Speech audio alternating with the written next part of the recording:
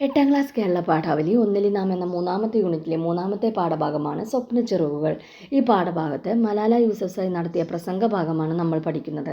മലാല താഴ്വരയിലെ ഗുൽമക്കായി എന്ന ഗ്രന്ഥത്തിൽ നിന്നാണ് ഈ പ്രസംഗം എടുത്തിട്ടുള്ളത്.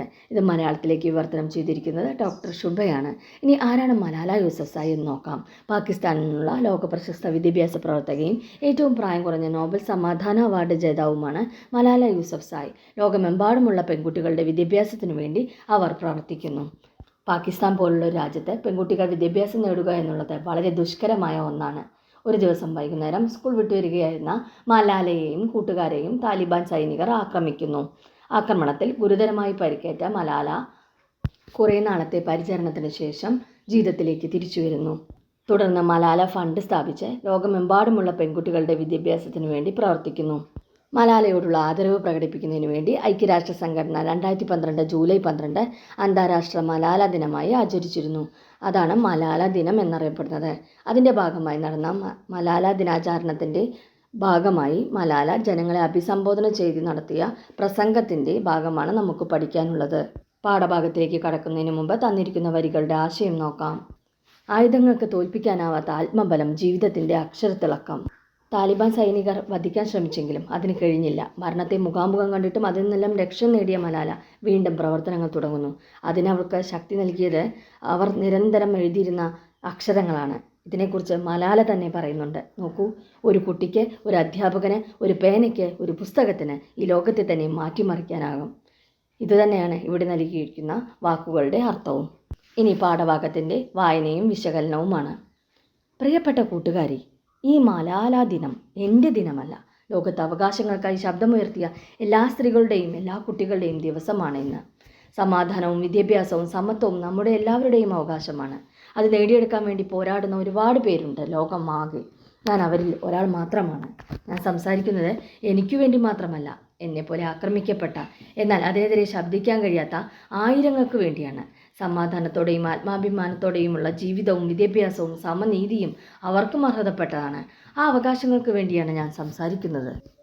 പ്രിയ കൂട്ടുകാരി, 2012 ഒക്ടോബർ 9 താലിബാൻ സൈനികർ എൻ്റെ ശിരസിലേക്ക് വെടിയുതിർത്തു. എൻ്റെ കൂട്ടുകാരെയും അവർ വെടിവെച്ചു. വെടിയുണ്ടകൾ ഞങ്ങളെ നിശബ്ദരാക്കുമെന്ന് അവർ കരുതിയിട്ടുണ്ടാവണം. പക്ഷെ അവർ പരാജയപ്പെട്ടു. നിശബ്ദതയല്ല, 1000 ശബ്ദങ്ങളാണ് ആ ദിനത്തിൽ ഉയർത്തു വന്നത്. വെടിയുണ്ടകളിലൂടെ എൻ്റെ ലക്ഷ്യത്തിൽ നിന്ന് എന്നെ പിന്തിരിപ്പിക്കാമെന്നും സ്വപ്നങ്ങൾ തകർത്തു കളയാമെന്നും അവർ കരുതി. അവർക്ക് തെറ്റി. എൻ്റെ ജീവിതത്തിലുണ്ടായ ഒരേ ഒരു മാറ്റം ഇതാണ്.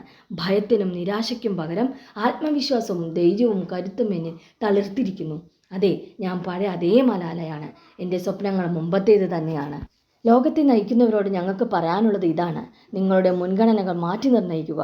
സമാധാനത്തിനും ഐശ്വര്യത്തിനും വേണ്ടി നിങ്ങളുടെ നയങ്ങൾ തിരുത്തുക. സ്ത്രീകളുടെയും കുട്ടികളുടെയും അവകാശങ്ങളാകട്ടെ നിങ്ങളുടെ ആലോചനകളുടെ മുഖ്യ വിഷയം. അത് ഉൾപ്പെടുത്താത്ത ഒന്നും ഇനി സ്വീകാര്യമല്ല. എല്ലാ ലോകരാജ്യങ്ങളോടും ഞങ്ങൾ പറയട്ടെ: സൗജന്യവും നിർബന്ധിതവുമായ വിദ്യാഭ്യാസം ഓരോ കുഞ്ഞിനും ഉറപ്പുവരുത്തുക.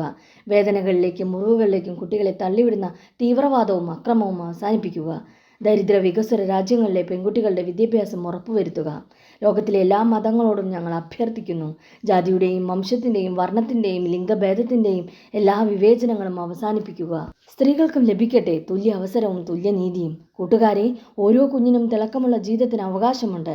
അതിന് സ്കൂളുകളും വിദ്യാഭ്യാസവും വേണം. അറിവും സമാധാനവും വേണം. നമ്മുടെ അവകാശങ്ങൾക്ക് വേണ്ടി ഒരുമിച്ച് നിന്ന് ശബ്ദമുയർത്താം. നമ്മുടെ വാക്കുകളുടെ ശക്തിയിൽ വിശ്വാസമർപ്പിക്കാം. ഒരുമിച്ചുള്ള നമ്മുടെ ശബ്ദം ലോകത്തെ മാറ്റിമറിക്കും. അറിവുകൊണ്ട് നമുക്ക് സ്വയം സജ്ജമാക്കാം.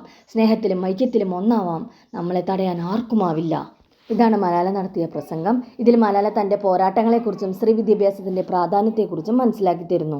ഈ പ്രസംഗം ലോകത്തിലെ ഭരണാധികാരികളോട് എല്ലാവർക്കും തുല്യ അവസരവും തുല്യ നീതിയും നൽകണമെന്ന് ആഹ്വാനം ചെയ്യുന്നു. സ്നേഹത്തിലൂടെ എല്ലാവരെയും ഒന്നാക്കുന്ന ഒരു സമീപനമാണ് ഈ പ്രസംഗം. വിദ്യാഭ്യാസത്തിൻ്റെ ശക്തി നമ്മെ ബോധ്യപ്പെടുത്തുന്നു ഈ പ്രസംഗം. ഇത്തരത്തിൽ അക്ഷരങ്ങളുടെയും വാക്കുകളുടെയും ശക്തി ലോക നന്മയ്ക്ക് വഴികാട്ടുന്നത് എങ്ങനെയെന്നും ഈ പാഠഭാഗം മനസ്സിലാക്കി തരുന്നു.